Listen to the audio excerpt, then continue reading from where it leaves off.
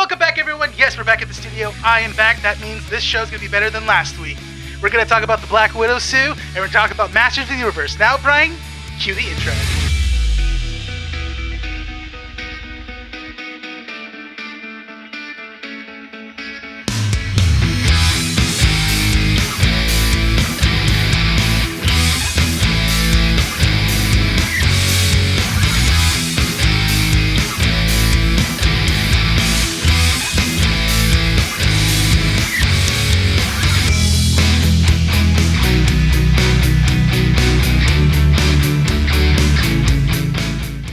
You guys are just quiet.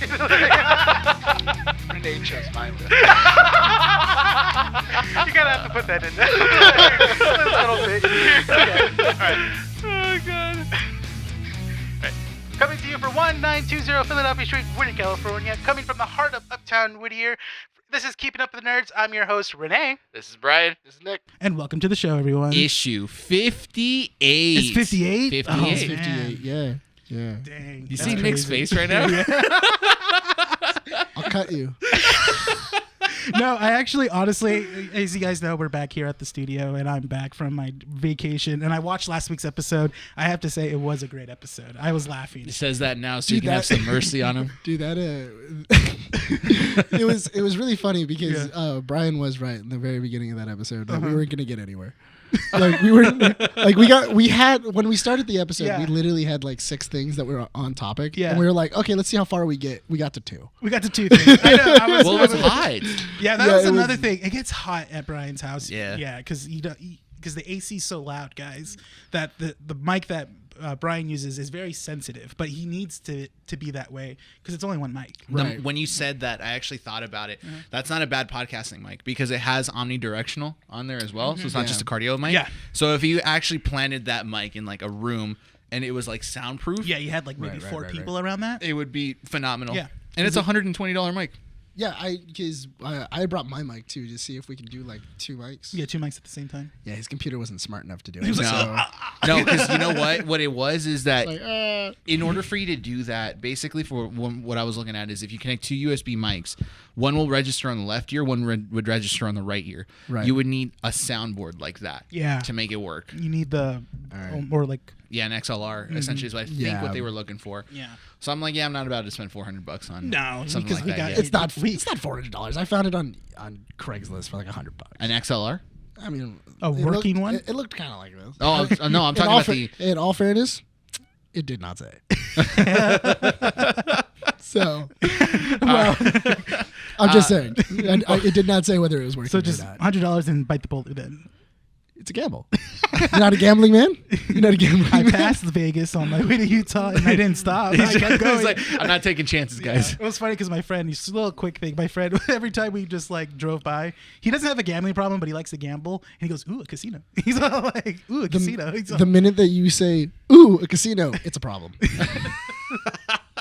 yeah, but it was fun. It was great. But I'm glad to be back. No, it's good to have you back. It's good to be back in like the studio with the 3 of us because I think we did one episode where Nick was gone, one episode with the 3 of us, and then you were gone, and it's back to normalcy for now. For now, until you have to go somewhere. You're the next probably one. at the end of the year. I don't know. During Christmas? Well, because our family usually does like an end of the year trip where we go to another state for like a week. Oh, which state? I don't know. They haven't talked to. So you just get like a dartboard. And Well, basically, I think that's how we ended up on South Dakota 2 years ago. Oh, really? Yeah, it was just kind of like, oh, well, let's go to South Dakota. It's like, what's in South Dakota? Mount Rushmore. Cool. All right. Okay. And now it's canceled. See, that's the. I just imagine him throwing the dart and go, Antarctica.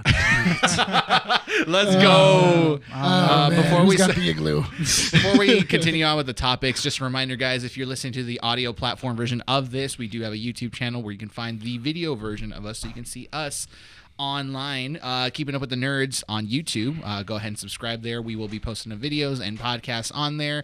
Follow us on our socials, Instagram and Twitter. Like we said last week, we're working on some shorts, small little videos that will be posted on there with topics that we won't be able to talk about here because we're going to be running out of time and we want to keep these podcasts at a normal, normal amount of time. We don't want to like bombard you with like 2.5 hours worth of talking.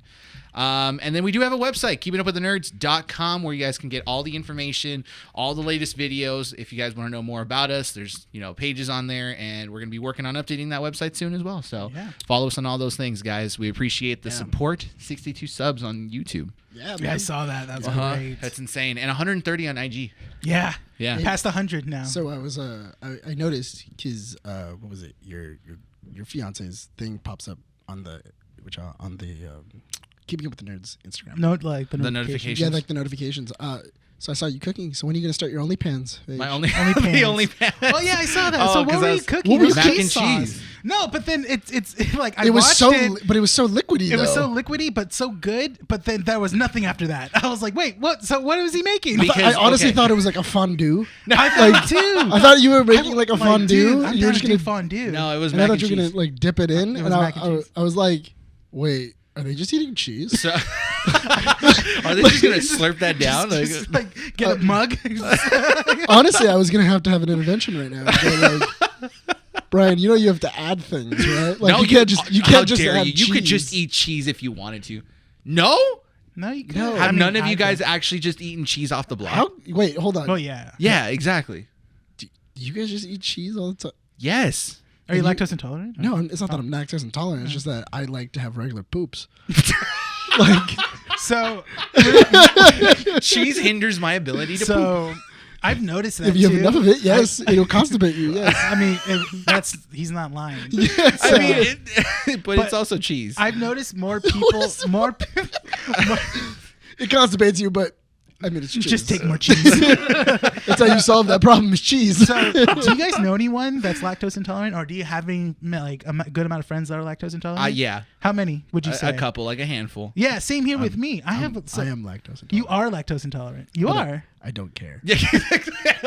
Okay, no, but like if you ingest a lot of cheese, what's the common thing that happens? Does your stomach hurt, or do you have to like? Now we're getting into the finer details. Do we really want to get into the finer details? We are, because I've noticed this more, that people around me are lactose intolerant more and more. I'm finding out. Sorry, I'm not weak-minded.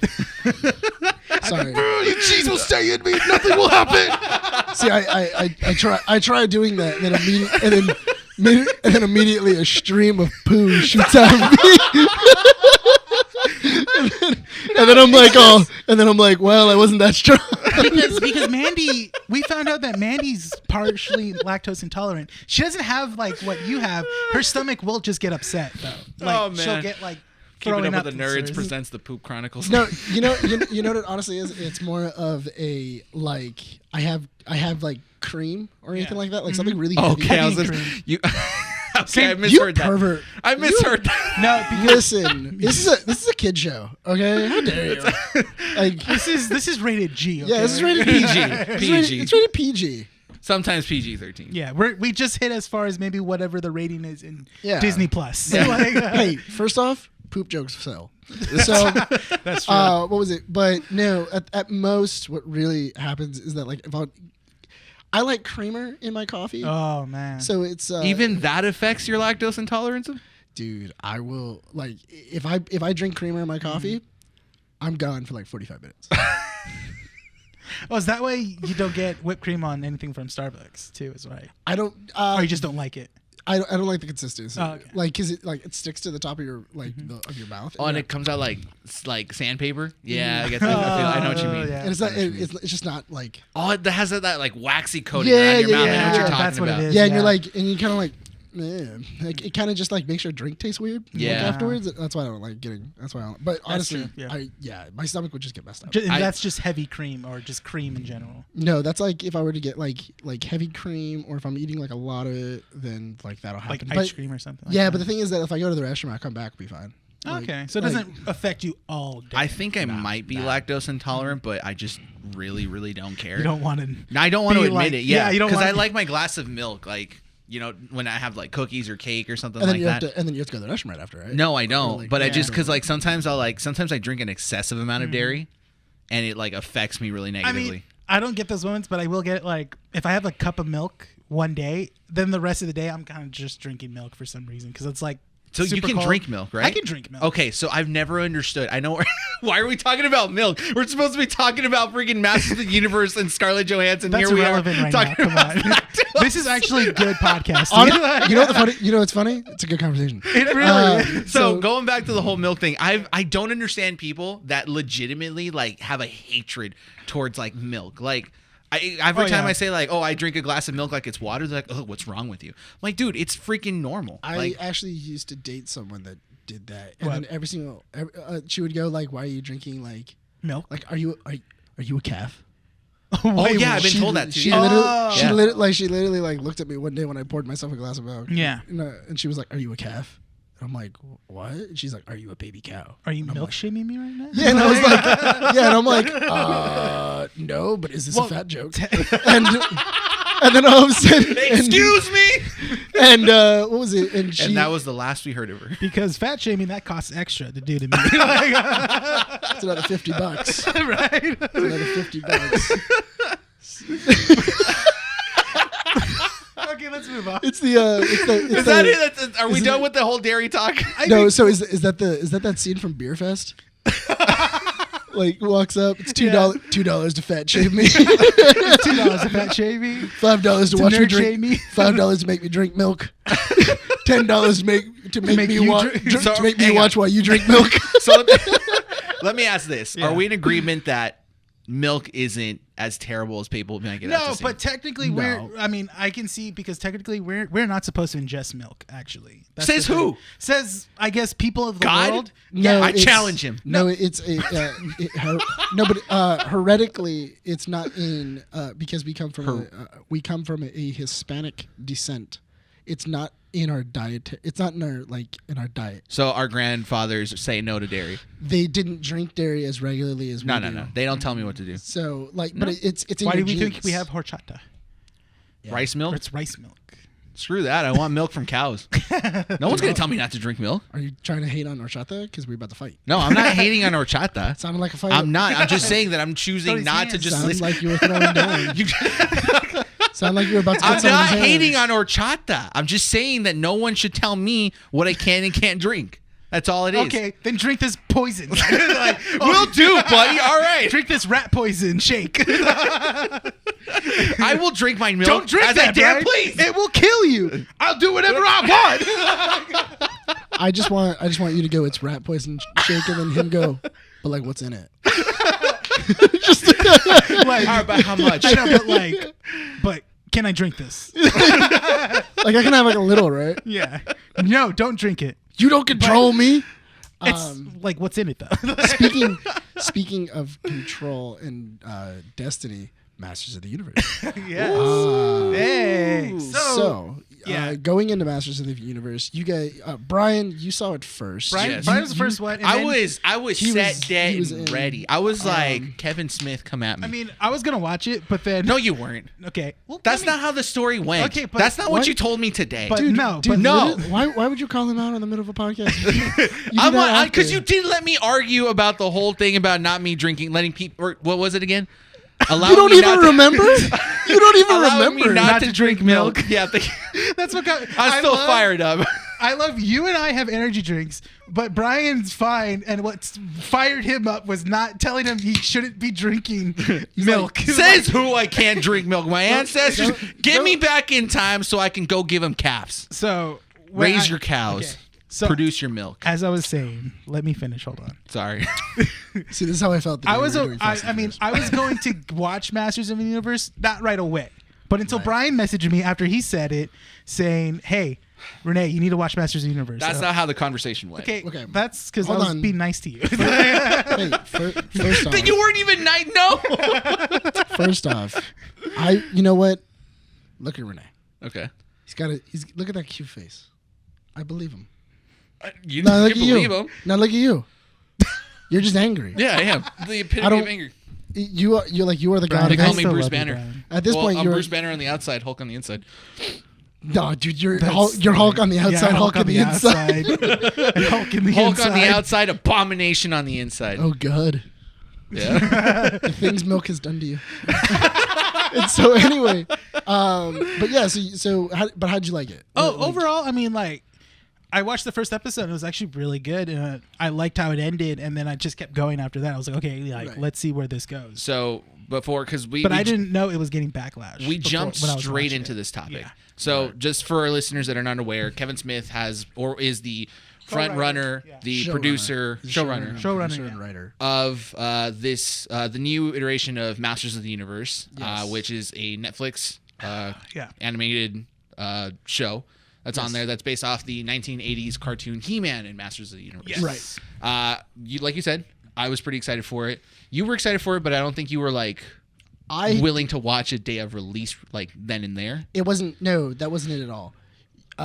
Because if you remember, I had work the day it came out. Yeah. And then I had class, and then I had work again at 7:00 in the morning. So I was like, I'll watch it, but I'll watch it during the weekend. Oh, You watched it on your day off. Yeah, watched you watched it it at on your work. day off. You watched it at work? I watched it during the breaks. I can't do that. No, I was like, dude, I don't pay attention. Like, here's the thing: if I'm at work, Yeah. I'm working. So I don't care about. Doesn't listen to this podcast. No, I mean, what do I have to hide? I was watching it while I was on my breaks. But that's the thing is You were that on your like breaks. I was on my breaks. Yeah, I was on my lunch break. I was on my regular 15-minute get breaks. me. No, there's nothing. Like, what are they gonna do? Freaking, find out? No. So it seems that Brian was This is actual Masters of the evidence. Universe. I think we should really determine if we should terminate him. Using his time. What I think is that Brian is a weeb now. I'm not So a we weeb. have to fire Good him bait. now. I ain't biting. I'm not gonna bite. But anyway, so You saying that means you. can I get to my point? There we go. He's coming in, boys. Let's go. It's a big one. It's a big one. Go on, Brian. Go on, Brian. Oh my god! I watched it and I finished it right before we were supposed to start recording. Dang, So wow. because they were like 5 it's episodes, only- 25 minutes each. Yeah, they were pretty easy. Because I finished it the next morning. Yeah. I finished it the next day. I 'Cause thought it was like a 10-episode series because it It did is. say it was 10 episodes, but this is essentially part 1 right Yes. now. Yeah. Yes. So I was happy to see it was like 5 episodes, 23 minutes apiece. And I was like, okay, cool. I can burn through this. You can do that. I think that's a smart release. It is. Yeah. It is. The- Especially the way it ended too. It was really good. Did you guys watch the behind the scenes? No. I was halfway through it. The behind the scenes is really sick, but Okay. I was interested in it because I've known about it for a while now. Because Kevin 2019 is when it was announced. Smith, yes, Yeah, and Kevin 'cause Smith was- Kevin Smith has been Yeah. talking about it since 2019, on basically all of his podcasts, especially with Mark Bernardin, because I think Mark Bernardin writes episode 5. Okay. I think it's like 5 or 4. I don't remember which one, but yeah, they're all really good. I'm really excited about the talent they got though. Oh yeah, Oh. I was looking at who they got for voice acting, and I was like, dang. So Like, they got Sarah some Michelle Gellar. Sarah I was Michelle, like, yeah, dude, Sarah Michelle I'm already Gellar. in by that point. But you know who voices Merman, right? Yeah, it's Kevin Kevin Conroy. Conroy. Kevin so, Missed opportunity. He didn't say I am Merman. so I was hoping he was gonna say I am the deep. I am the deep. I am darkness. I am the sea. Merman. Like I was really hoping that was the Right? gonna be his thing. So Kevin Smith Right. came on to Rooster Teeth's podcast. I think it was like 3 weeks ago. It was like a short. They put it right in the end of the podcast. I'll try to find it. Yeah. Later on and show you guys. But it's a 10-minute interview with Kevin Smith, and I think because I wasn't that big of a Kevin Smith fan, I like respected what he did. Yeah. But after what he's doing with this and listening to how much he has, like how much passion and love he has for this franchise, I think I love him more. Yeah. And actually would love to be like an understudy for him. The only reason why is because he was talking about how he was like a part of the casting as well. He's like, okay, I have Mark Hamill as Skeletor. And him being a Batman animated series Yeah. fan, he's like, okay, well, if I have Mark Hamill, Yeah. I it have only to get makes Kevin sense Conroy. to get this- Kevin Conroy. yes. But who can I get as Kevin Conroy? You get him to be Merman. Yeah. Because Merman, and it's true, if anyone has grown up, I think you and I were the only ones that really grew up on that Watching 80s. it. Yeah, Yeah. watching it. Like we were born in the 90s, but Yeah, because I'm of not, that. like I'll admit, I never watched He-Man. I know of He-Man, but I've never seen it. I was always more into Thundercats. Yeah. I watched it a lot because it was on Cartoon Network. Yeah, Yeah. the Boomerang, right? Boomerang had it all the time. Yeah. So Yeah. that's how I watched it because Boomerang had that. Then it also had like old Scooby Doo. Yeah. It had what was it Super Friends? All those. They So, have I all mean, those Hanna-Barbera stuff. Yeah, as the well, Hanna-Barbera stuff, which was Johnny Quest. awesome. Yeah, Johnny Quest. Oh, you know what? I love Johnny Quest. Oh, Johnny Quest is a classic. Yeah. I don't know if Cartoon Network still does that. I hope they do. Boomerang has its own thing. It's separate. Yeah. Yeah. Merman in the original 80s cartoon was very much like, I will get you, He-Man. Like that kind of like very, expressive voice. Right. And I didn't know that Kevin Conroy was, I think he was like classically trained or something like that. Like he knows like theatrics, but like he can play like Shakespearean kind of stuff. Yes. Oh yeah. Yeah, I didn't know that he was like that was his practice. You know what graduating, he went to Juilliard, right? No, I didn't know any of this until afterwards when Kevin Smith was mentioning this. Do you know who he went to Juilliard with? No. Christopher Reeves. That's dope. Not only Christopher Reeves, but one other person. Who? Well, just say it. Stop saying I go one other person. Well, you should know, right? Yeah, you should know because it's Robin Williams. He was in the class with Robin Williams and Christopher Reeves. Damn, that makes a lot of sense. Wow. But going back to the whole Kevin Conroy thing, like it made sense to have, both of them together, right? Voice acting that. Yeah, they bounce off each other so well. Yeah, they do. It was kind of cool. They've been doing it for years. So it was kind of cool to see them be like side by side rather than against each other. And they still worked together pretty well. It's so great to see them as like teammates. Yeah, like, that's really because you don't think of that when you like think of Kevin Conroy and Mark Hamill. But the thing is that if you looked at the cast, all of them were from people that Kevin Smith had worked with. So that's the thing is that like you can tell that he had great admiration for He-Man growing up. Right. Like this was his franchise. But not only did he just wanted to respect it, he wanted to put his own twist to it, his own Kevin Smith twist. And what's great about it is that the twist that he's putting on there is a fanboy twist. Also, it's what a proper fanboy twist would and should look like really when you try to reboot it. If you have not seen Masters of the Universe, yes, go pause right now, go check it out. It's only 5 episodes. It's like what, 2.5 hours? Yeah. Yeah. It's about 2.5 hours. Come back at the 23-minute mark. Yeah, come back at 23 minutes and enjoy because we about to spoil. Oh, heavy spoilers. We're And about it's to some heavy good spoil twists. this, and it's a good thing. Now then, go do that. Okay, you're back. Yes, thank you. Dude, can you believe that Kevin Smith killed He-Man twice? Dude, that was actually really So I was good. okay. When I was telling both of you guys to watch it, I was just like, the reason, and I told you this. Yeah. The reason I told you guys just to watch it without anything else is because the twist on the first episode was such a perfect twist, and it went so unnoticed. Yeah. The funny thing is that I went back because I was like, oh yeah, like when did like Kevin Smith start bringing this up? Because he and Mark Bernardin were talking about it, and they were like spitballing what would happen, and literally inside the podcast, he's talking to Mark Bernardin, and he goes, dude, what about if we just kill He-Man? Like, what about we just murder him first episode? And then Bernardin's just like, they'll never let us do that. And Netflix did. Yeah. Netflix did. But it was kind of weird to like. It wasn't weird to see it when you start to put the pieces together. The show's not called He-Man and the Masters of the Universe. No. It's just called Masters. It's called Masters of the Universe. Revelations. And the thing is that the Masters of the Universe is everyone there. Right. It's Battle Cat. Yeah. It's Teela, Orko, Man at Arms. Yeah. Every one of those characters there. Those are the Masters of the Universe protecting Castle Grayskull. Well, what I love about this series is, I think we talked about it when you were here earlier, is that the show is aware of the past doings with these characters. This is a direct sequel. So it shows that, like, okay, there's been He-Man. It's been He-Man for years already. He's doing, and Adam still has the secrets, kept from certain people and stuff like that. And just to show that, okay, this is technically his end in the first episode, and then now it's like, okay, we get to explore all the side characters that we've known for years and just put them. And I'm like, that's actually really good storytelling. Yeah, because it's a cartoon meant for I wouldn't say a cartoon. I feel like that's disrespectful. It's an animated series made for people that actually grew up on the show. Yeah. Because as an adult, you want to see growth from these characters. You don't just want to see a full reboot. No. Otherwise, it's just kind of like, okay, It's the same thing. You know what to expect already. I also really enjoyed the fact that they gave a kind of an explanation of He-Man. The whole he's super corny. Yeah, like the that's 80s, the first episode. The 80s writing, and then I think they're talking about it, and they're going like, oh yeah, Like, He-Man did not say that. She was like, yes, He-Man was a teenager who had never gone outside and now became the savior of the universe. He did not have great catchphrases. No. Yeah. And, like, when I thought about it, when she said that, I went, oh, my God, that's true. Yeah. Like, that's so funny. Yeah. The first episode was very much an original He-Man episode. Yes. And it started off with like the fireworks and Cringer going like, "Oh, I hate fireworks." Oh. It played a lot like He-Man and the Masters of the Universe. Yeah, It just played better like animation. It played just like the animated series. I really liked that. I liked that it felt like we just got dropped right into it. Yeah, and that was kind of cool. The battle sequence right at the beginning when the Snake Mountain henchmen and Skeletor, Beastman, and Triclops, they're all trying to infiltrate Castle Grayskull to get to like the actual center of where the magic is at. Yeah.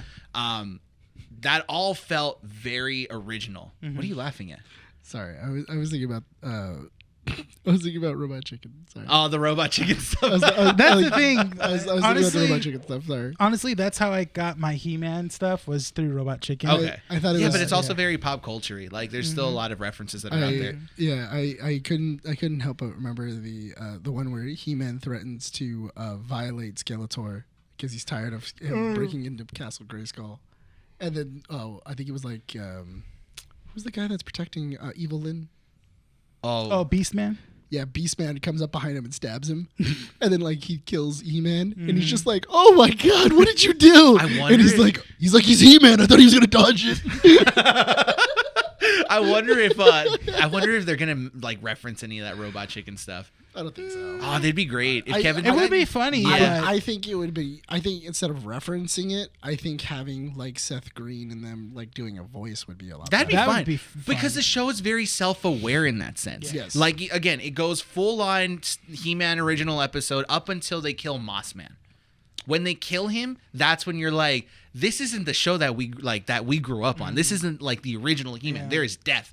And then right afterwards, when He-Man stabs Skeletor with the sword, Skeletor tells He-Man, "You are finally using this weapon the way it should have been used." Yeah. You And should I have finished me a long time ago. Yeah, but I don't think he was like referencing the fact that it was a key to open up the magic. I felt like that actual reference was like, it's a freaking sword.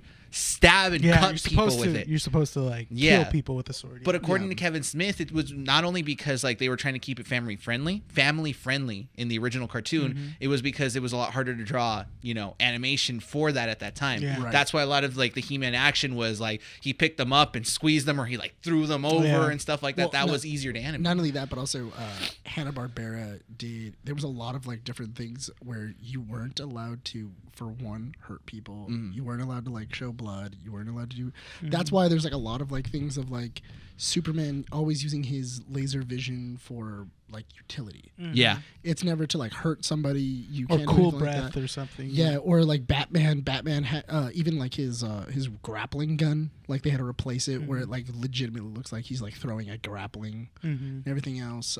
That's why like Batman's really lame in Super Friends. Yeah. And everything else. So yeah, Hanna-Barbera like had like really strict things that they couldn't do, and using a sword like a sword is definitely one of them. It's Yeah, not, you but can't do it. he used it.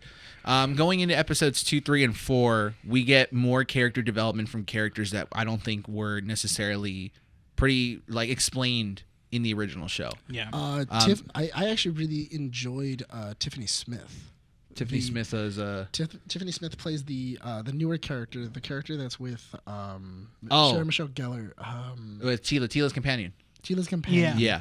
Um, It's like it starts with a J or something. It's almost as if I had a computer in front of me, so I can look who So that you is. can look it up. Yeah. So, but anyway, I really liked it because during the what was it, when they're talking about like, oh yeah, like who this character is, she goes, when you told me who I was playing, I thought it was just going to be in a one episode because that character is only in like one episode of the He-Man show.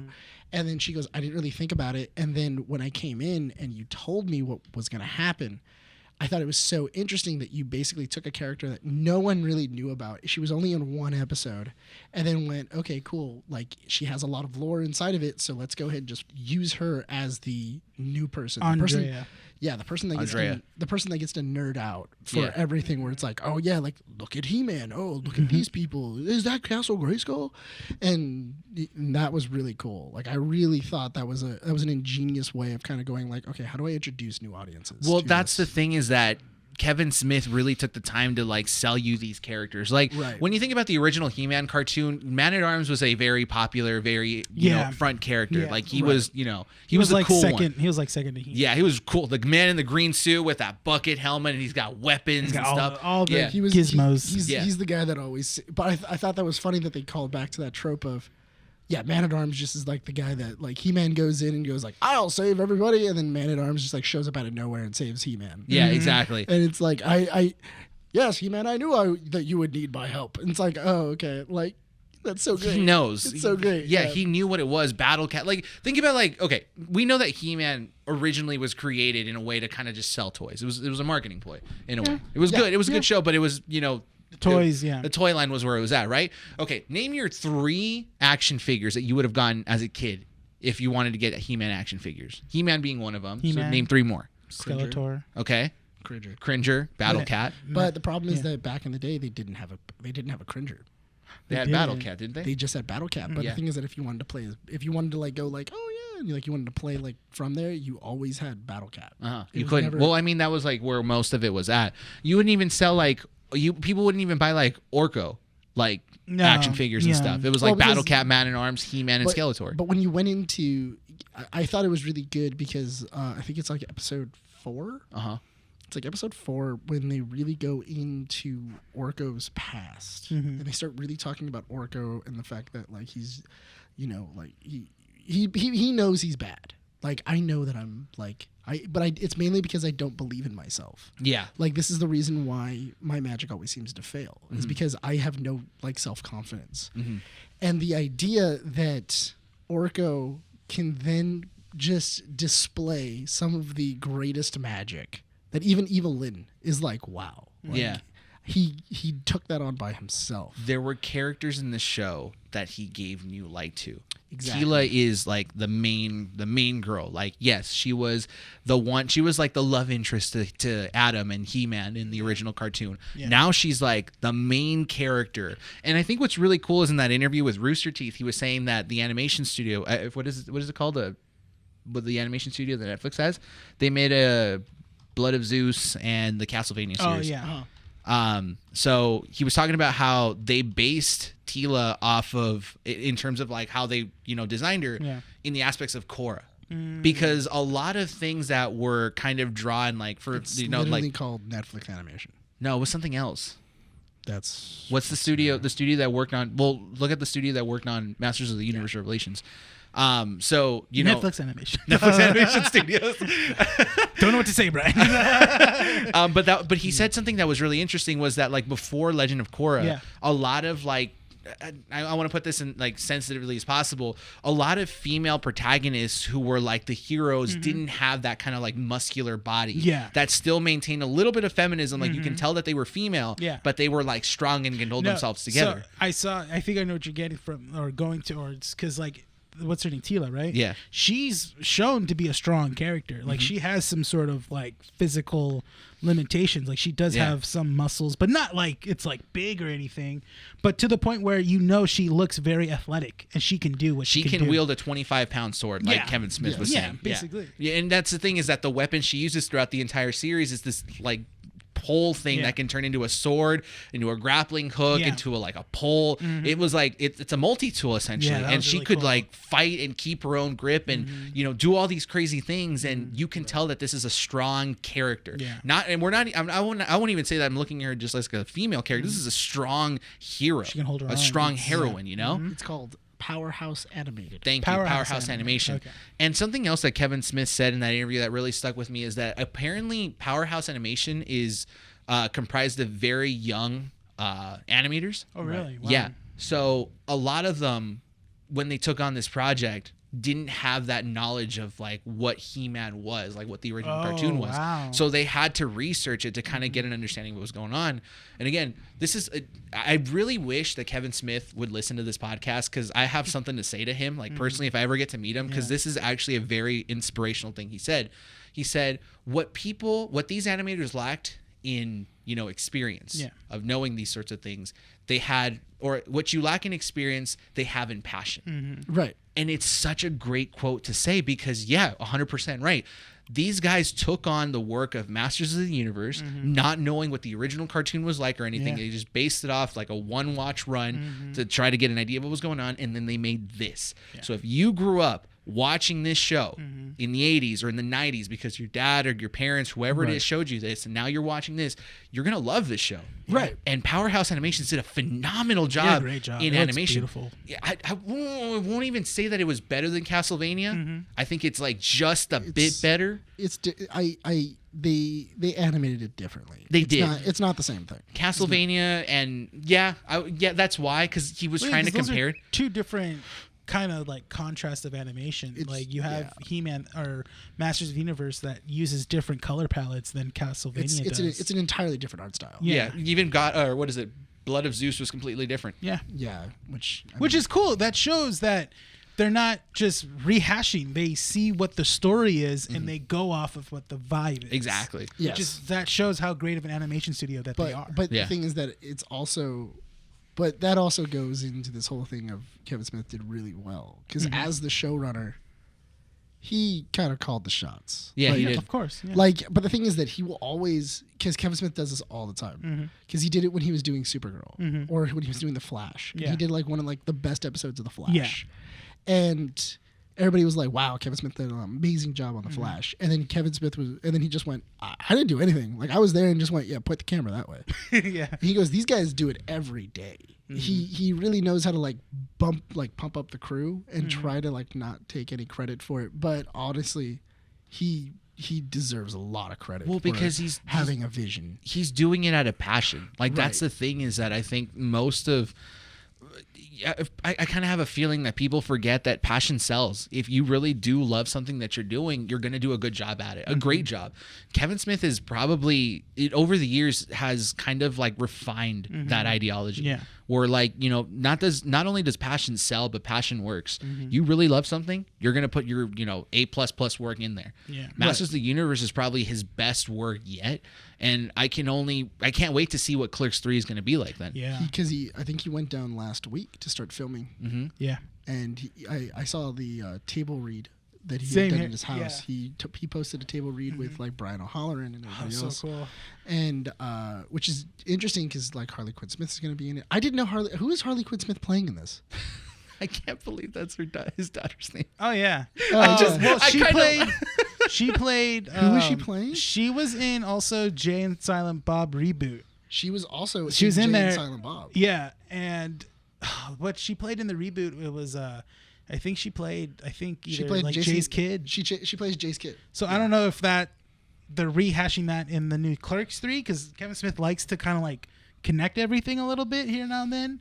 Like reference other characters from other movies, especially in Clerks. I'd be okay with that because in reboot it ends with Harley Quinn. It begins with Harley and Jay outside of the store. And then you see Brian O'Halloran. He's locking up. Oh, okay. So then you know what? That's who she's playing. Then she's gonna play Jay's kid. Because I actually wouldn't mind if Clerks 3 starts where reboot ends.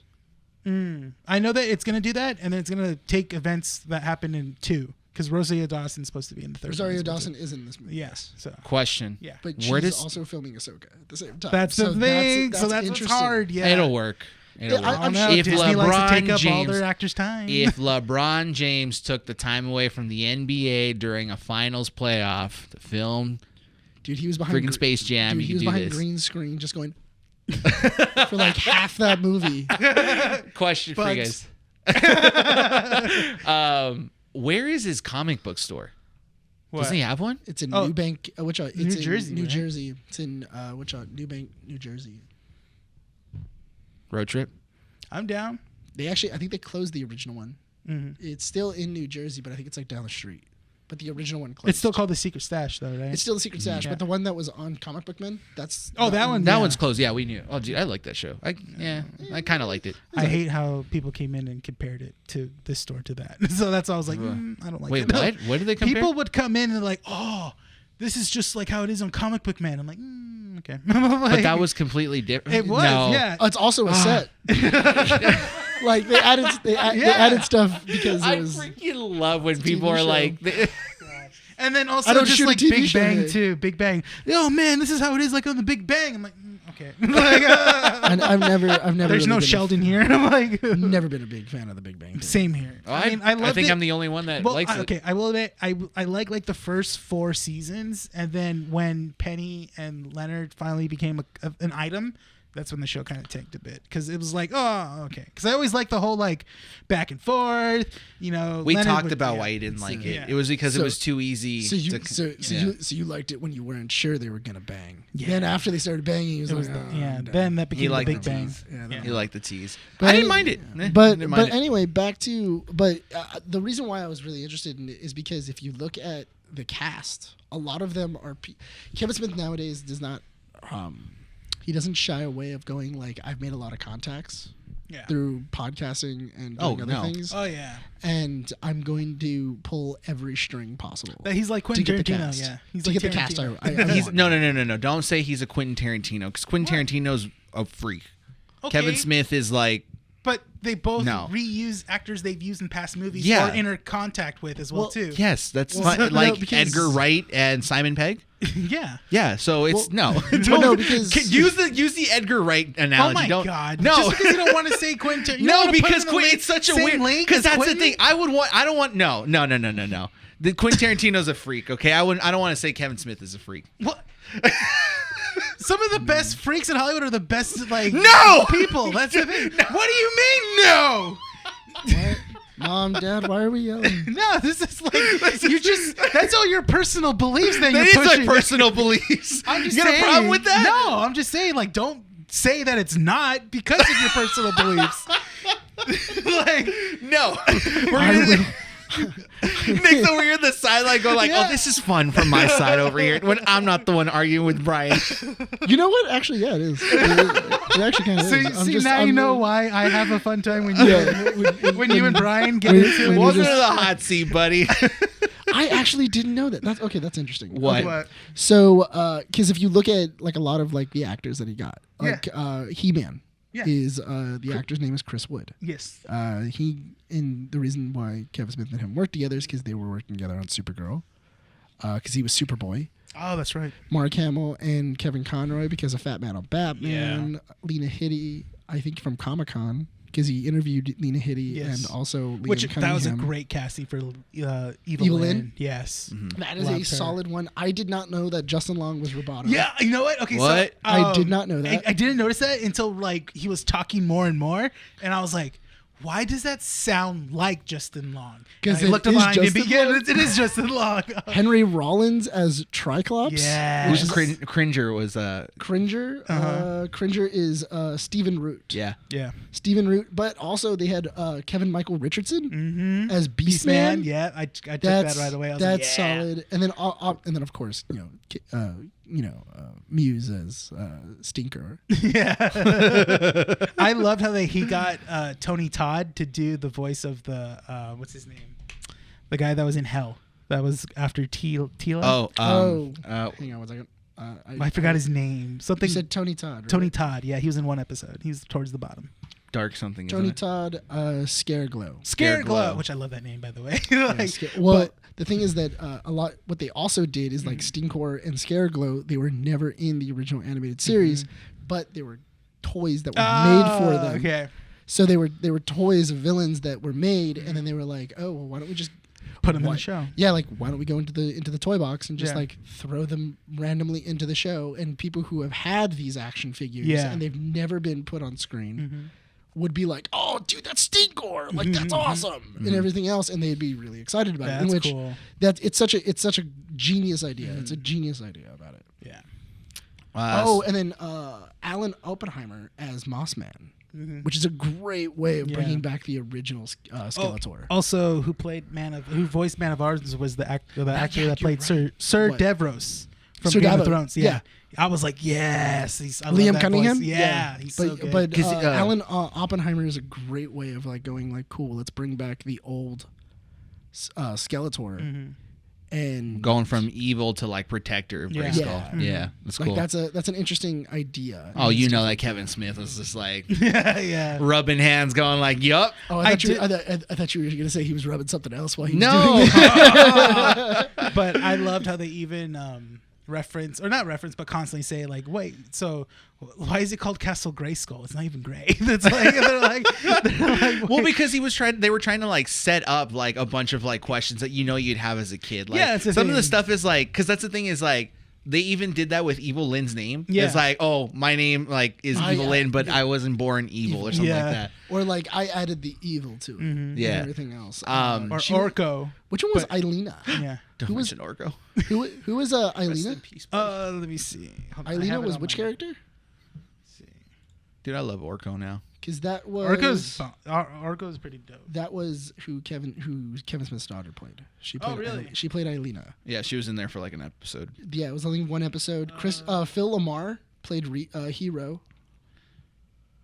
So, question, because we do have another topic to move Okay. on to. Yes, Oh, we do. Alicia Silverstone was. What are your guys' final thoughts on this on Masters of the Universe? You know what?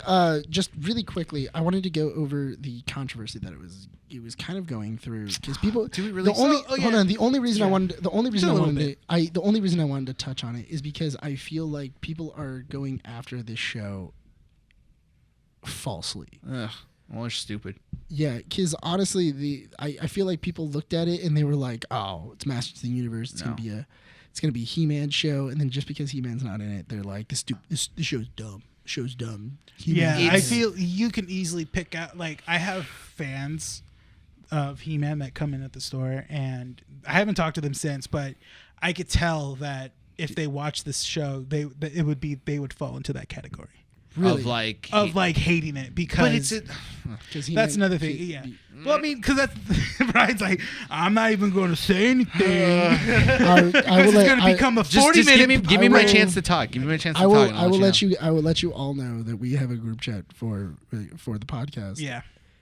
Brian went on like I think at least a good 10 message like ran. Really? I Did don't I? remember that. It was It was like the voice ones. it was when we were talking about the voice like thing. I think he went like at least like a 5. Oh, Like, really? He went, I gotta he went like look into it. 1, 2, 3. Was I in 4, Utah 5. during that or no? Was that when like during last week? No, it was like right after you had posted like people are hating on the Oh, He-Man show. oh, that's right. And then yeah, like yeah. he just like went on like a boom boom boom boom boom, and they were I like don't think it was one 10, after but I another. think he went on like A good- 5 messages or something. Man, So, from here's- from how many dings I heard, it sounded like 10. I was probably because I was messaging him back. And then I looked at it and I'm just like, oh man, bro, he's so angry.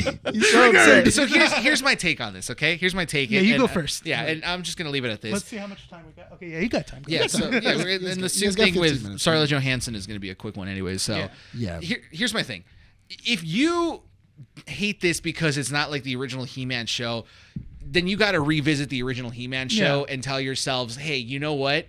Be honest. The original show was cheesy and would not stand the test of time. It's good to revisit it if you like watched it and grew Right. up on it. Because I have a buddy of mine that was born 97. It's like Okay. 24 years old, I think, now, technically. Something like that, right?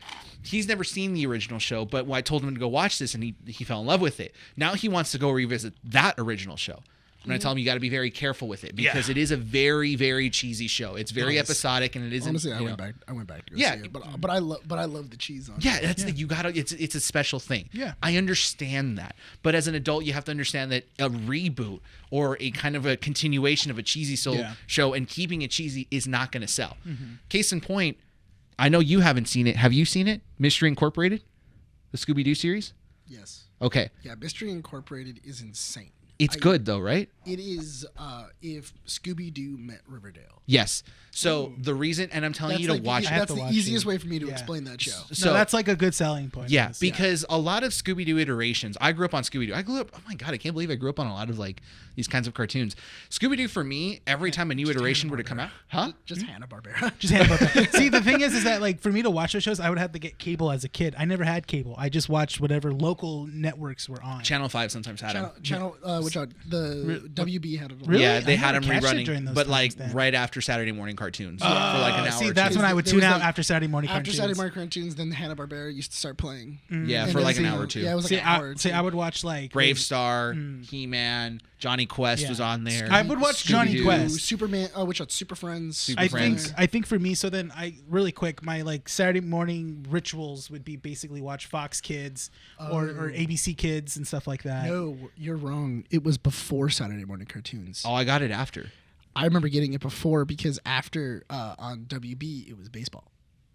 Sometimes. It was a baseball. It was during a baseball season. It was during baseball season. See, it was always, for me, so as soon as the Saturday morning cartoons ended, I would watch like whatever afternoon shows. 9 times out of 10, it would be either like American Gladiators, or it would be Star Trek: Next Generation, Outer Limits, but the '90s one, the '90s Outer Limits, and then Stargate. Yeah. Well, Stargate SG-1. The thing is that because what I used to do because I was a weird little kid that didn't. I think we were all weird little kids. We were all that weird didn't. little kids. I was a kid that figured out what a VHS player was and went to 99-cent store, picked up VHS player tapes that were like 7 hours long. Ooh. And then so that way because I would always have to wake so you up recorded? early. Yeah. So I would record the broadcast, but I would set it an hour before and an hour after. Oh. Hey, So- smart. That's so smart, actually. I wouldn't miss a single thing from Saturday morning from cartoons. the beginning or something from the ending. Yeah. So, but but I would do it. So I would set it for a 6-hour thing, and I would literally set it for 6 hours, and I would record all of Saturday morning cartoons, and then I would rewind it all the way back, and then set it for the next. That's pretty smart. That is pretty smart. And so I that only way did when it for like an hour. I think like 1 hour. Well, that way if I woke up late, or if like let's say I woke up in the morning and my parents were like, we have to go. Yeah. Like I don't have time to watch Saturday morning cartoons. I got back and I had all my Saturday morning cartoons, and I could fast forward through my commercials. My dad did that for us, but it wouldn't be for Saturday morning cartoons. It would be whatever movie would play on TV. So as growing up as a kid, I've only watched the TV versions of Hook, Hocus Pocus, Bro, and I think it was like some other ones. we need but those were the two main ones. Do we need to like show you the theatrical version No, of Hook? I've seen them now. I own It was Hook. another true ending of Hocus Pocus. Yeah. Oh, and what is it? Teenage Mutant Ninja Turtles? Turtles in Time. Those were the 3 movies. Turtles in Time is a video game. No, Turtles. No, he's talking about the Teenage Mutant Ninja Turtles 3. Oh. Yeah. He's talking about the third one. The third one when they go to ancient Japan. Yeah, where they go to feudal era Japan. Yeah. Which I don't know how exactly a time traveling box sent you from New York to Japan. It's like a lantern, isn't there? Something. Yeah, It it's like a little. and they went through like the third April. Like there was the third April. We're that they going had. way off track, guys. We're going way Sorry. off track. Besides that. So going back to the whole topic, and I'm going to wrap this up with my final thoughts as well. But Mystery Incorporated is the example I gave you, because Mystery Incorporated is that Scooby-Doo show that essentially took what it did in the original Scooby-Doo, Where Are You?, continued it, and then made it appropriate for the people that grew up on Scooby-Doo. It's like a continuation story. You have Shaggy and Velma dating. You have Scooby kind of like progressing as a character. Daphne and Fred, were together, but never really official in the show, but now they are. Yeah. And they actually have real life problems. Freddy has a proper backstory. It got weird, but it was a satisfactory weird. Not only that, but also I think they picked up the reason why they're called Mystery Inc. is because there was a Mystery Inc. before them. Yeah. You told me, yeah. And the way that it works is that like the beginning of the episode is a flashback to the original Mystery Incorporated, and then they'll flash to modern How day. it is today. How it is today. That sounds And really interesting. It is So a good I gotta it's a check that good out way for to sure. do it. But the thing is that it's a mystery because the original Mystery Incorporated went missing, and nobody knows what happened to them. And the story goes on, and they still do their whole antics. Like, it's still a Scooby-Doo show, but it kind of like certain episodes aren't Scooby-Doo-ish, but others are. And that's what Masters of the Universe did here. It understood that its audience grew up. So how do you sell a show to the audience that grew up while still trying to keep the newer audience members interested so That's they the can go thing. revisit the old How do you show? how do you bring in old fans, but then also tell them something new? Exactly. Yeah. You have to show that you understand the source material. Not only that, but also treat it with respect. Like kill off your main character. No, yeah. Honestly, yeah. Honestly, I but mean, that- that's a good selling point. I mean, that's what kept me watching it. Yeah. But because I know that Kevin Smith really likes those like boom, like that jaw dropping moment and everything like that in the first episode of like, well, what's gonna keep these guys watching? Yeah, definitely. What's gonna keep these guys watching? What about if we killed He-Man in the first episode? Like and we totally flip the whole thing of like He-Man's gonna be our main character. It's just like the old show, and then immediately after the first episode, because He's gone. He's gone. Because what was it in the very beginning? Kevin Smith did the same thing I did, where they're all talking in the back in the behind the scenes, and then he goes, "If you guys haven't seen it, go check it out," and everything like that. And then all of a sudden, like, he waits and he goes, "Can you believe we had the balls to murder He-Man twice? Yeah. Not even once, but twice. We killed him. So We good. just dead." So for me, the controversy is stupid, and I'm glad it died out the way it did. I think that when it was reviewed bomb, it's like any other review bomb. It's gonna get bombed for a couple like weeks, and then it goes back to normal. Like, who gives a crap? You're upset about the show, great. Go and go. Give it a thumbs down on Netflix. Yeah, Like, go. do what No one you cares. can. Like, Yeah. go into your little toy room and play with your He-Man action figures and doesn't- cry me a it doesn't river. Like, affect- no one cares, man. It doesn't affect it, honestly. No, it's a Yeah. great show, and you're wrong. Straight great up, show. I have no shame. Next up, go for it. So I'll go next then. I'll go off of what Brian is saying. Like, honestly, like, if you don't like the show, then I don't think you understand the show, honestly, because I think if you, and I'm gonna say it, because if you don't like the show, I feel like you're not really a true fan, because you're watching He-Man through like your whole childhood, and then you watch this show that goes deeper into the characters you've been following for years, Right. and does great, like we said, character progression, great just story about a hero's journey, mind you, as well too, which is a really good story that they did on this series. And it was a lot of fun. I liked it. I really enjoyed it, especially the ending when Skeletor gets the power sword, and just Yeah, we didn't even talk about that. The fact That's that the he thing. literally became the He- master of the universe. yeah. And I'm like, that's fucking awesome, Dang it! Yeah, you have to beep that. Yeah. Why? It's something about that chair. What's the timestamp? 56, 15. Cool, Yeah. 56. It's like 56, It has to 15. be I hate one. you. It has to be one. Like, Why? was doing really- why can't I did- why can't I cuss? I was you doing. can. No. I was actually really proud of myself because I hadn't done it all. I know, you wanted to. I almost did it like twice. And then I had. God, man. I had a But, week off and I'm slacking, so that's why. No, it's that chair. It's the chair, It's probably. that mic. You got to that sit mic. here then and see what happens. Yeah, yeah. I'm But actually overall, I really enjoyed the show. I really like it. Can't wait for part 2 and Yes. see where it's gonna go. If Adam doesn't come back from I'm okay with it. this, I'm fine with it. If Well, he can't go back to Paternia, so Well, I mean, that's what I'm saying. But that's so cool though, because Yeah. there's so many things of like what makes a hero Mm-hmm. out of this, like Orko going and like finally standing up for his friends and going, I'm going to protect you. Yeah. With all of my power and all of my might, even though I'm technically dying. This isn't going to stop me. I am a hero. Not only that, but also the moment that Adam chose his human form and not his hero form. not his hero Yeah. form. Yeah. Inside of Paternia, which if you don't know, Paternia is, basically heaven. It's purgatory. It's not heaven for the heroes, isn't it? Yeah, it's basically Valhalla. Yeah. Like that would be like the For like all the warriors. And yeah, stuff like for that. people who possess the power sword, Mm-hmm. and everybody chose their own hero forms, and Adam didn't. He was like, no, that's who I was. I was Adam. He-Man was shows his nobility. was his yeah, alter ego. Well, it wasn't even his nobility. It's like that.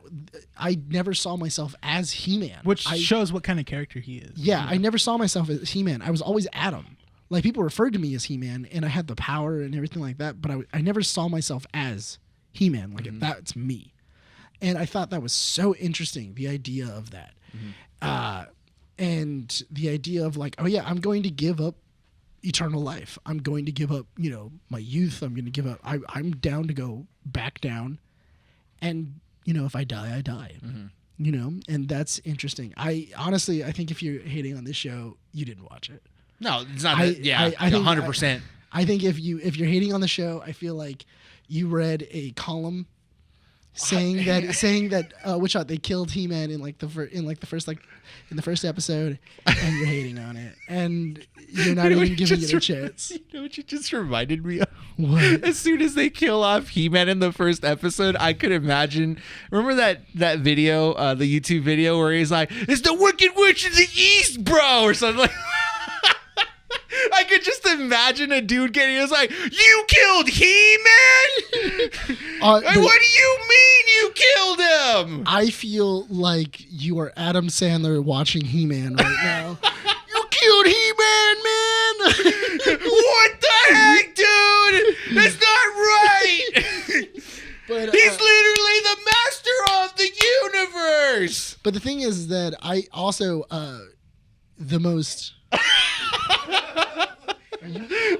Are you done? I'm scared to come out. Light a match. Jesus. Oh my God. Smells like your nerdism. It smells like Team Spirit to me. Seems like right, we don't have windows in here. Anyway, but also really quick, just before we move on, I really, really enjoyed Mark Hamill as Skeletor. Oh, yeah. Getting away from the nasally and like Call your champion. Yeah, I also I loved in the first episode the thing of like, oh, Castle Grayskull will be ours, and then right as he starts doing, he just gets shot, just yeeted off, and just like ba ba ba ba, ow ow ow.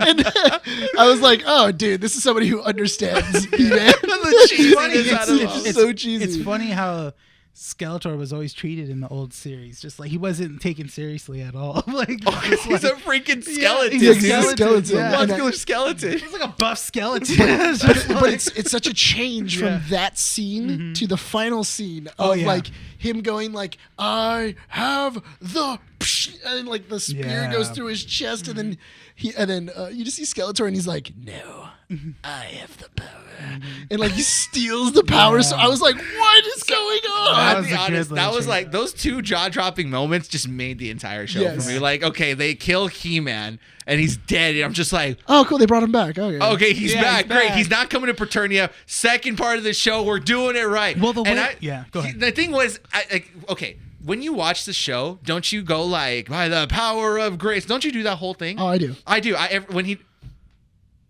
You've never done that? I've never. Are you freaking? That silence is so perfect. That's how much we're like. How dare you? You don't? How dare you? Even if you've never seen this show, you have to have at least gone like, I have the power. Yeah, never, man. Never. Oh my God! I've done Thunder. I've done that too. Yeah, I've done that. Everyone's done that. No, You never dude.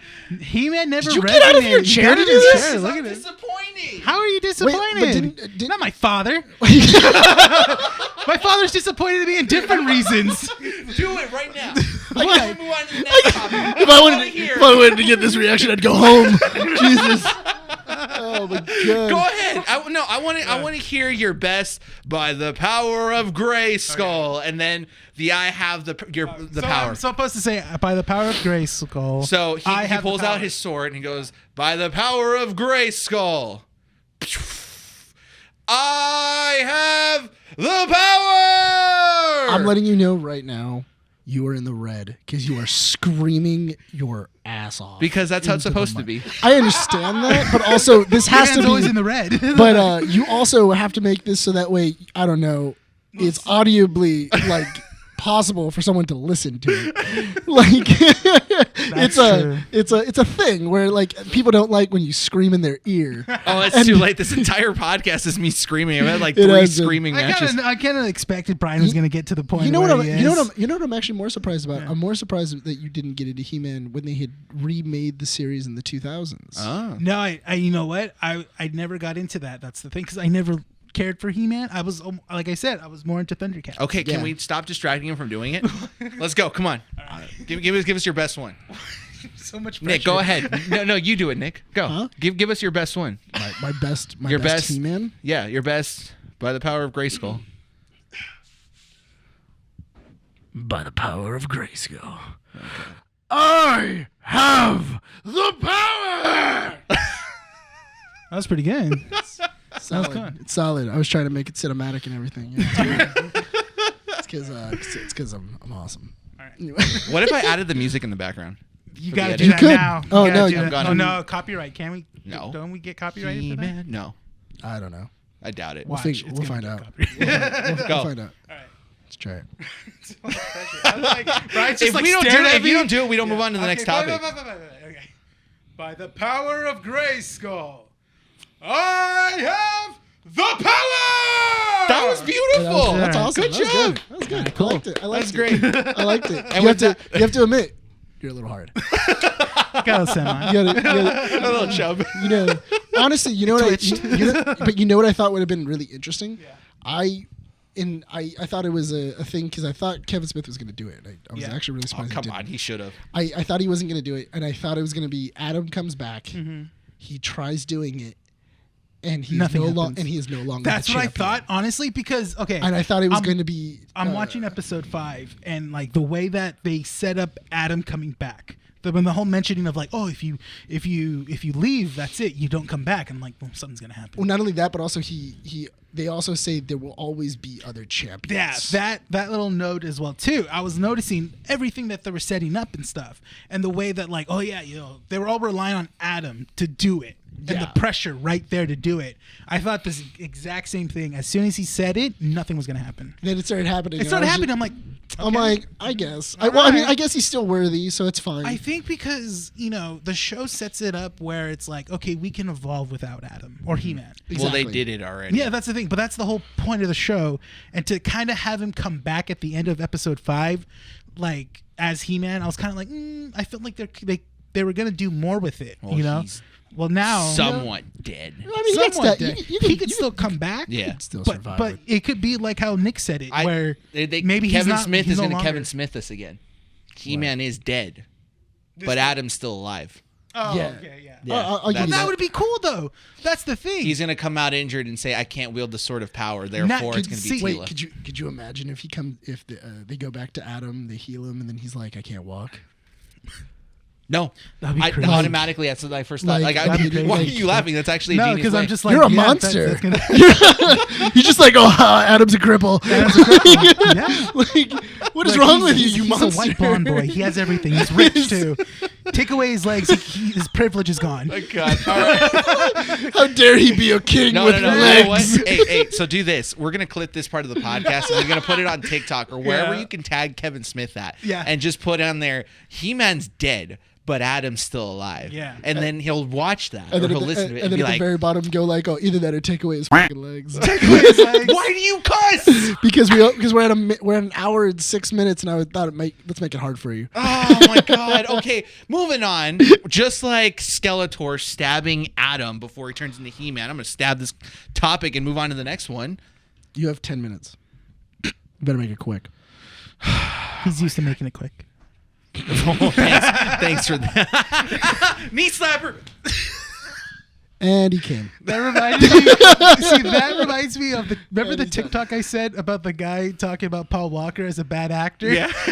You had the exact same response. Oh yeah, let's give this guy the trophy of the funniest joke ever. Where it's like completely, we all knew that already. Like, First off, Yeah. you think Paul Walker is a bad actor. You've never seen Running Scared. oh, Running Scared, such a good movie. You have not seen Running Scared. Yeah. You've never seen a You've Paul never Walker seen film. Tell him. Scared Tell him. movie. Tell him then. Go tell him.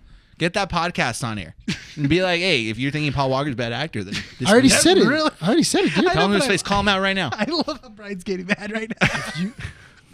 If you think that Paul Walker is just Fast and the Furious, go watch Running Scared. Or Meet the Deedles. Look, Ooh, at Meet this the point, Deals at is this also point, we really just got to good. get in a feud with Yeah. another podcast, and that way we can I'm just down. like, yeah, I'm down. start a podcast war. Podcast war, man. I'm all What if we for can? that. What if we fight with H3H3?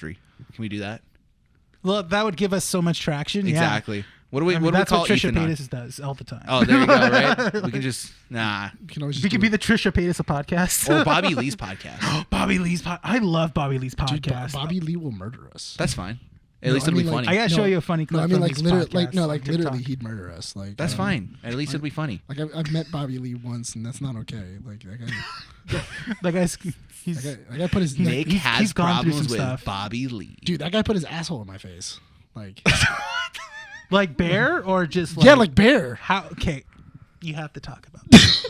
You can't just honestly just say that and not explain it. So I We went will to- go over 10 minutes in this podcast, so just so we can hear that So story. I went.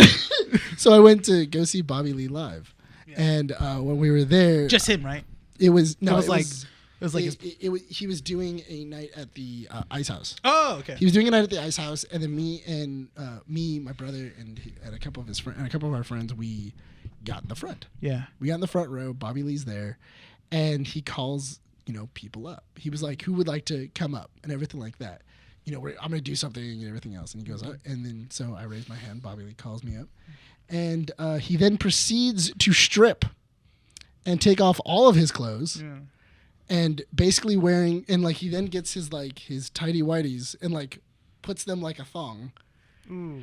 and then mind you, he is very sweaty. And proceeds to then gyrate his butt all over me. And I'm like, face? What's the joke in that, though? I don't know. Were people laughing? Or more kind of like shock? It was more like shock. Yeah. Like, you know what it felt like? It felt like I don't have anything. Like, I've run out of material and I don't have anything left. And like, we were all kind of like, this is weird. Yeah, this is not the worth. Yeah, this is not worth the price of general admission. Well, the thing is that like also all the comedians that were before him Yeah. were all funnier and stuff like that. Maybe and he like, felt This is the beef we want. like they were. This is they how were- we start beef. Is that- Bobby is- Lee has run out of material. Oh, God. Breaking news. Rubs ass all over Nick's face. It's fine. Yeah, It's fine. It's fine. I totally. It's a story. It's a story. It's a story. It's a great conversation It piece. is. I tell it on dates. It's fun. Seriously? No. Okay, I was gonna say, like, you don't want to tell a person you're dating that. Yeah. I've had Bobby Lee's ass all over my face. Okay. You see that sweaty comedian over there? Yeah. His butt was all over me. Is that what you're into? You like that? Oh Jesus! I I don't don't even have the guy a. with the comedian's ass in his face. Does someone have a transition for the next topic? That's Yeah, like. so- Speaking of ass to the face, Scarlett Johansson. I was about to do the same thing. Yes. I was about to do it. Literally, you 2 seconds. took it out of your mouth. You like ripped it right out of my mouth. I was right about to say it. You went ahead of me. Scarlett Johansson has yeah. recently got Disney's ass in her face. Like, Basically. basically, she is suing Disney right now because they released Black Widow on Disney Plus alongside with the theater release of Black Widow. Okay, so I feel like this is a quick topic. It is. because It's mostly just our personal thoughts. On it. it's a personal thoughts, but Yeah. not only that, but also let's just admit Disney messed up. Yeah. Like Disney messed up. But they don't want to. They don't want to admit that yeah. they messed up. And because the problem is, I mean, they can't legally admit it. They no, can't. because they would show it. Would they be? They would show effed at fault. up. They would show at fault. But the thing is, here's the thing though. So if you don't really know what's going on with the Scarlett Johansson thing, Scarlett Johansson had in her contract saying that basically her salary was going to depend on box office numbers. So depending on how many people went to go see it in the box office, that would also determine how much of like a bonus she got from her salary. Mm-hmm. What happened was that when that was going on, COVID wasn't a thing. And Disney people weren't releasing movies on Disney Plus. They were giving it full theatrical release first. Then after it had done like I think it was like 3-4 months in there, then they had done like the Disney Plus releases for like the Marvel movies. Unfortunately, in the contract, it was never revised to say, "Hey, on however many people." Because honestly, what it should have been is if it was bought on premium. That went towards it.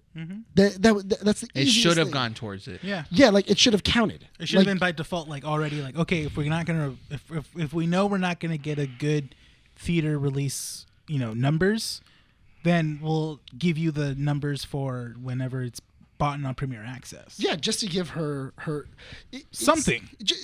But that just makes sense. Yeah. It just makes sense. Either that or at some point to have contacted her and just been like, we know that we're releasing it on Disney Plus at exactly the same time. All you had to do was give it 2 weeks. Give it 2 weeks. And then literally say, okay, cool, we're going to be releasing it on Disney Plus. Because honestly, I think they would have still been able to do whatever it is they were going to do. Yeah, this was basically the same thing. How like the hype for it was building up a little bit more. Right. Same thing with Wonder Woman 1984. We were waiting for this movie to come out, and then we kept waiting, and they kept changing release dates, and it's like, okay, well, here it is finally and stuff, and it was just, I mean, we saw it in theaters. We saw Black Widow in theaters. Oh no, you? Yeah. I didn't see it in theaters, but honestly, give that woman her money. Yeah, like that's pure and simple. They're not gonna, if it's like businesses are not gonna fold over for that reason. Like, because okay, so I think we can all say that we are on the side of Scarlett Johansson because it is a very effed up thing to do.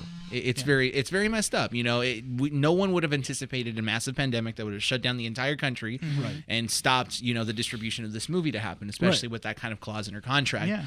But a business is not going to fold easily, and I don't expect Disney to say, like, yeah, sure, we'll pay up the supposedly $50 million you lost on this thing.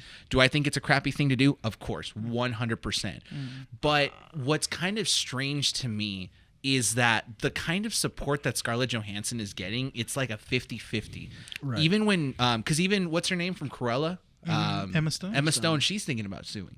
Because according for her movie, she also had the same thing. According, because these are like headlines that I'm seeing on comicbook.com. The one that I don't agree with on like that they shouldn't have released, because now what they're trying to do is TMZ this thing. They're trying to TMZ it. Is as soon as Jungle Cruise, which came out today at the time of recording, which is what the 30th of July. 30th, yes. They all of a sudden released a headline where Dwayne The Rock Johnson had his kind of take on it, and they're kind of saying like, no, he doesn't plan on suing Disney if his movie is kind of released in theaters and on the streaming platform. Why the hell do I care? No one should care if Dwayne The Rock Johnson is suing. What matters is you had a phenomenal actress like Scarlett Johansson playing one of the best, most iconic characters in the MCU for over a decade. And then get screwed over the way she did. Yeah, and this is her final Marvel movie. Exactly. She's announced. Now, Kevin Feige coming out and defending her, dude should have said it the moment she said something. Why did you wait about a day or two? Like, I get it. Maybe you needed to kind of build up a response and stuff. Yeah. But it felt kind of played. I'm so mad that my movie came out this way. Like, how dare you pay Johansson her money? No, but you know what? Feige, no, hold on. Wait. In defense of Feige, there also could have been this thing of, I need to contact legal and find out what exactly I can and cannot say. That's I can see that aspect of it. It came out It came out like about a day or so. A day after. It was like a day after, and then he goes like, I think that Scarlett Johansson should be able to get her money, and stuff like, and everything else. I think that it's fair. I think that's I need to contact legal. I agree what's going on. Yeah. I just have to figure out where I have to stand, because I still have to work here. I want him to stand strong on that side. I don't want him to kind of like flip-flop and be on like that border where it's like, well, my bosses over here say that they can't necessarily do that because of the contract, but also morally speaking, Johansson deserves all her money that she's worth. I agree with you, but at the same time, I kind of won't be surprised if he not teeter-totters, but kind of like steps away from it moving forward, because again, like you said, he still wants to work for Marvel and still put out stuff. Well, that's the person that signs his check. That's the thing, yeah. Like you're the person, like you're like the people that you sign have my every check. right to say your opinion, but at the same time, he can't talk too much. If higher up Disney tells him, you need to be quiet, like do not get involved, don't do anything like that, or else legal ramifications could come onto you. Yeah. Then most likely he'll just.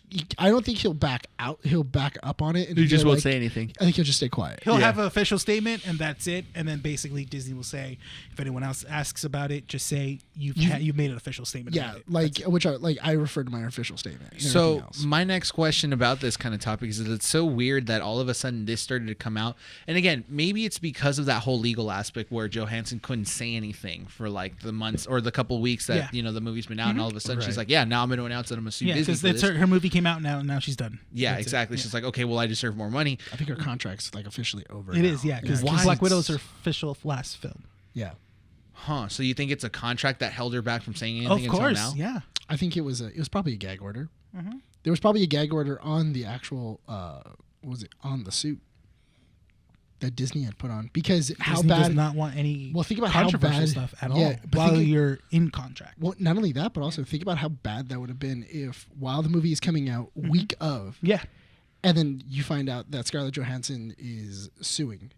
Conspiracy theory time. That, or she says that if the movie, or even like preempts it, where it's like, if you guys make sure you guys see the movie in theaters. If she mentions anything about that, then that would have affect the numbers of the movie. I got a conspiracy theory for you. Remember how a couple weeks ago Feige came out and said that they no longer plan on I was just going to mention that. They were no longer going to have long contracts for actors, that it was going to be like short one-off movies kind of thing. You're signed up to do a film, and then if it does, then they'll come and ask you to come back again. Do you think that might have been part of like an effect of COVID? Probably. That this was probably a thing that has happened in the background for months? No, No, because think that's, about- okay. because that's also the reason why they haven't been able to get specific actors as well.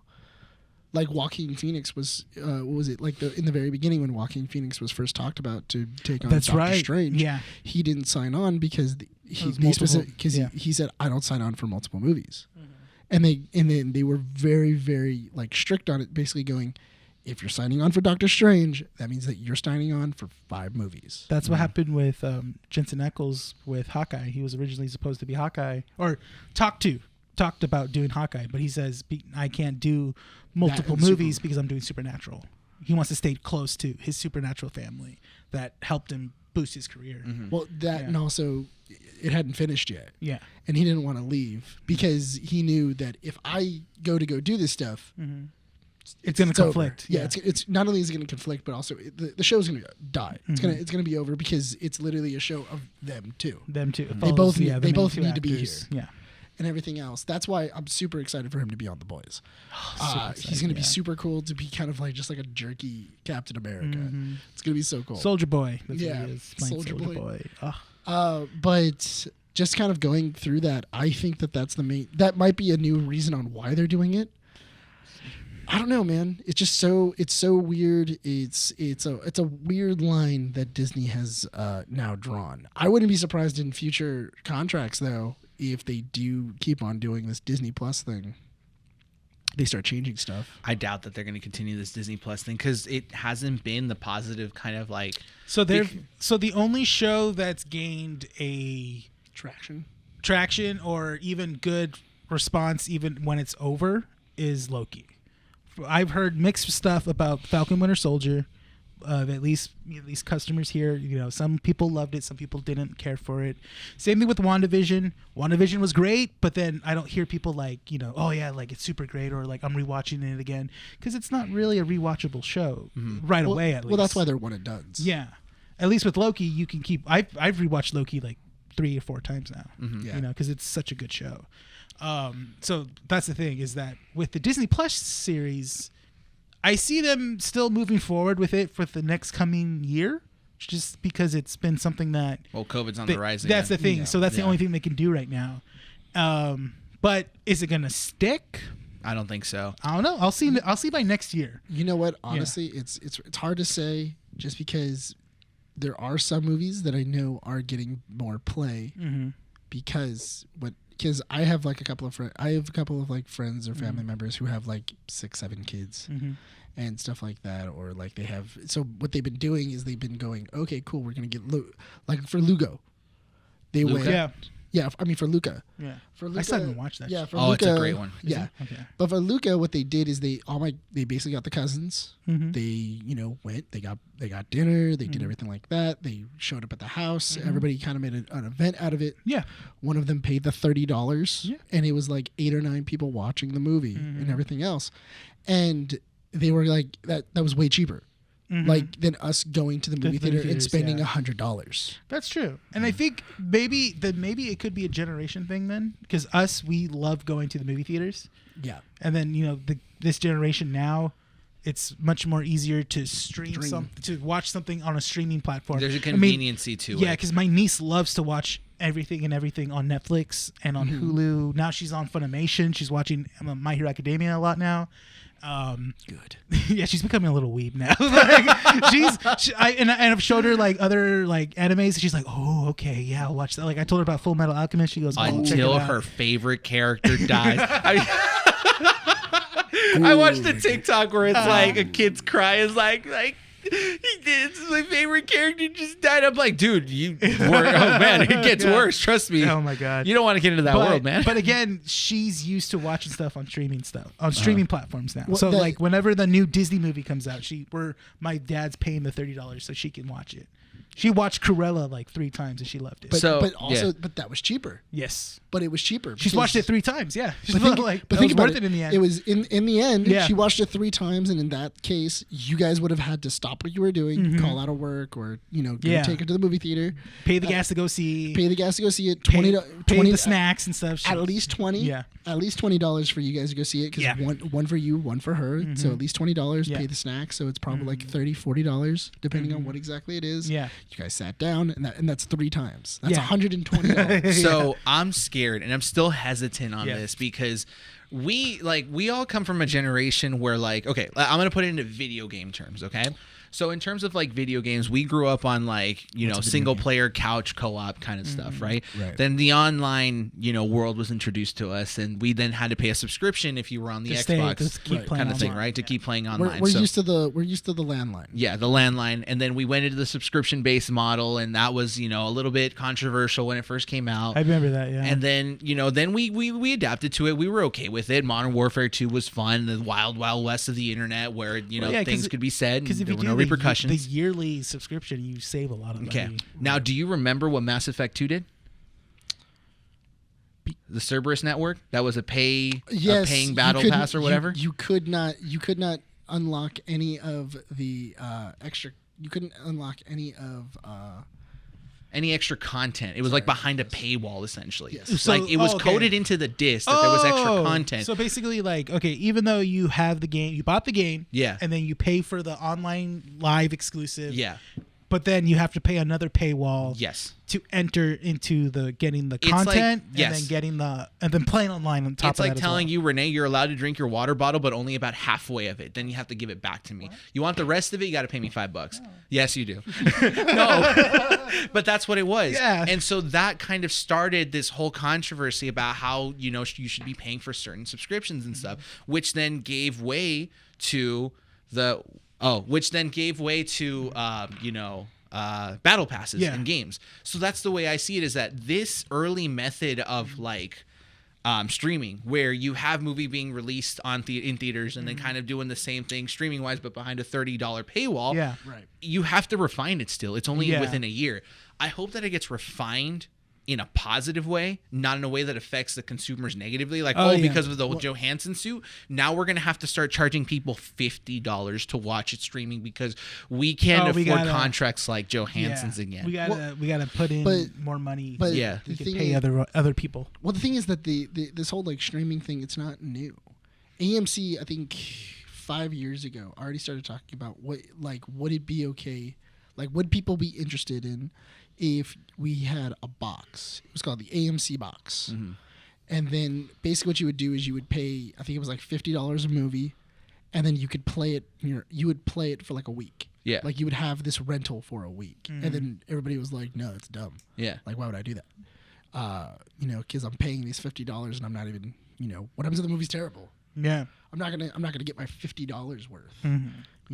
So I mean, this isn't new. It's something that we've been. It's an addition to what's been going on, because even streaming, when it first came out, Netflix was one of the big ones that started off the streaming services. You can stream shows, and it has refined itself in the last decade. It massively changed to something super successful. Like, think about it this way: Netflix almost 10 years ago was just the like mail-in service. Like, you wanted a DVD, you'd have to wait like a couple days for you to get the new one, so on and so forth. Dude, could you imagine if it was Blockbusters? Yeah, exactly. If Blockbuster would have bought into it. Apparently, Netflix still offers that DVD thing. They do. Yeah. But think about what Netflix did and what has it become. It has its own animation studio. It has its own production company. Well, you know that, right? What? Netflix, Netflix went to Blockbuster. Yeah. And they offered themselves to them. Yeah. Really? Moist Critical did He did a short little video series on it. There was a documentary about Blockbuster, and basically what happened is that they started kind of going, because Blockbuster started doing that same DVD thing. Yeah. And you could return it into the store. Oh, yeah. To like compete. And then they were like, okay, we could do this too. Netflix then went to them because they were like, oh, we're hemorrhaging. Like, we need to keep up. And then they offered to sell themselves to Blockbuster. And they were like, yeah, like we want like $10 million or whatever it is. And Blockbuster went, no. Like, and they undercut them and they tried to like lowball them, and Netflix went, no, we're not going to do it. And then they blew up and killed and just like held Blockbuster's neck under the water and just slowly drowned them. You ever see that video by Critical? I'll send you the link and Okay, I'll post it good. in the description below it. You've Okay. seen it, right? There's also a documentary on Netflix. I have watched part of that. I haven't finished that. They talk about it. It's Okay. a sad story, but if without it, you wouldn't have gotten Netflix. But point being, back to the Johansson thing. Yeah, to wrap it up. To wrap it up. Yes. I think we're all siding with Johansson here. Yeah. I think that she does deserve her money, especially with all the work that she's done over the last 10 years. I mean, what's $50 million to a big ass company like Disney? It's not like this is her first film, Marvel film, and she'll do it again and stuff like that, and make up that money in the next movie. No, this is her final film. The last time she will portray this character and ever appear in the MCU moving forward. My thing is that I feel like the reason why Disney's fighting it so hard is because it would set a precedent. Oh yeah. Oh yeah. It's going to set a precedent for them because when they lose, because they are. No, they'll try their hardest. I think it could go either way. I don't think I think either they're gonna settle. I think they're gonna settle. I think that what they're gonna do is they're gonna go, okay, let's meet in the middle. Mm-hmm. We'll take the clause out and we'll do this instead. I think they're gonna do the same thing with Emma Stone. Now, do you think that this basically, because what Disney likes to do is that even though you're done with a certain property, they love to bring back actors and stuff. So do you think Johansson's ever going to come back to do a Disney film? I don't think that this is a negative thing towards the character itself, and I don't think she has bad blood with Feige. I think that she has bad blood with Disney itself, because Marvel Studios, I don't think, is in charge of the way the movies are distributed. I think that they're just the production company. They're just production company. So if that's the thing, I think that she's going to have bad blood with Disney, but I don't think that she's going to have bad blood with the studio. Well, that's itself. what I'm saying. So she'll come back. She'll come. Because I think what he's also meaning too is they bring him back in animated movies. Tom Holland was in the Pixar movie. Yeah. And then Chris Evans is going to be doing the voice of Buzz Lightyear in Lightyear. Mm-hmm. Yeah. So, that's what I'm saying. You don't cut Disney off that easy unless they really screw you over. Well, but that's the thing though, is that that's why I'm saying there is some negligence there, and Scarlett Johansson's lawyers did do the correct thing. They reached out to Disney. They tried to change the deal once they found out that it was coming out to Disney Plus, because that was the reason why Disney was holding off on it. Yeah. Because everybody was going, well, why don't they just release it on Disney Plus and just call it a day? People would watch it, they would make their money. What's the big deal? And they kept on going, no, we have to get a box office. We have to wait for the box office. Scarlett Johansson could get paid. Yeah, and basically it was so that way Scarlett Johansson could get paid. The fact that they didn't do that's where, and they didn't try to revise her contract knowing that was going to happen. Is that me? I'm hoping that's you, not the other camera. Okay, go on. That might have been my phone. No, you're fine. Is it still recording? Okay. Well, we're gonna wrap it up, so we gotta wrap it up now. Yeah, but yeah. So I think that because I feel like what Disney's gonna try and do now is they are gonna edit their contracts. They're gonna make it so that way if they have to continue the streaming service thing, learned. Yeah. So it doesn't happen again. Yeah, of course. Because I think also they thought that box office would still stay where it was.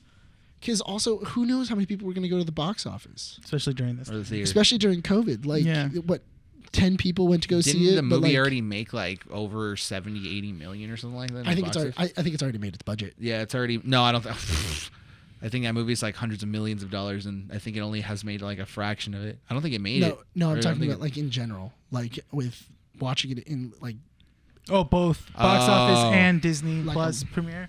I'd have to see it. It'd be something to look into. Maybe we'll touch on it later. I don't know if they release those numbers though. That could be. You think they would? Disney was super proud to release those numbers when COVID started. Our streaming service is doing great. No studio is releasing their numbers. No, I've right noticed now. that. Yeah, they're just saying, it's the number one. Oh, it's getting highly rated and stuff like that. That's about it. Yeah, they're not saying it's they did the same thing with Space Jam. It's it's such a great film, guys. 30 million first weekend, and then just died out afterwards. Yeah. I mean, that's what do you get? What do you expect? It was going to happen. That's the thing. We knew the numbers were going to be low because we're still in this time during COVID and stuff like that, with movies being available to watch on streaming platforms. Yeah. Okay, so you ready to wrap this Yes, up? Perfect. Okay, so real quick before we wrap this up, again, guys, we do have a website, keepingupwiththenerds.com, where you guys can find all the latest stuff that we're going to be releasing, from videos to podcasts, all the info, including our, biographies and stuff on that website. Keep an eye out, because I am going to currently be working on a little page on that site where you can look at our backlog. So essentially any issues that you might have missed, if there's any topics or any things that you might want to listen to, we're going to have what would you call it? not a documentation, not a discography, but like a list, I guess. Whatever it is, there's an appropriate term for it. A library? A library, sure. Of, the old thumbnails that we use on our YouTube channel, and it'll lead you directly to our YouTube page. Or I'll try to figure out if there's like a way that can link you to our audio or YouTube page. But that way you guys can look for those videos there, and it'll be a lot easier than backtracking on our playlist. Because, again, I know some people are barely jumping into our show, and I want you guys to go back and listen to some of the older stuff and kind of get a feel of how we started, where we started, and if we've mentioned or talked about certain topics you guys wanted to hear us talk about. So it'll be a great thing. Again, follow us on our Instagram and Twitter. Renee's doing an awesome job posting everything on there to keep you guys up to date, and we will be doing shorts on TikTok and Instagram to talk about topics that we have not had time to talk about here, because those YouTube videos are long to edit, and I feel like a 2-minute video, 3-minute video on those sites are probably going to be a lot easier and better for you guys to watch.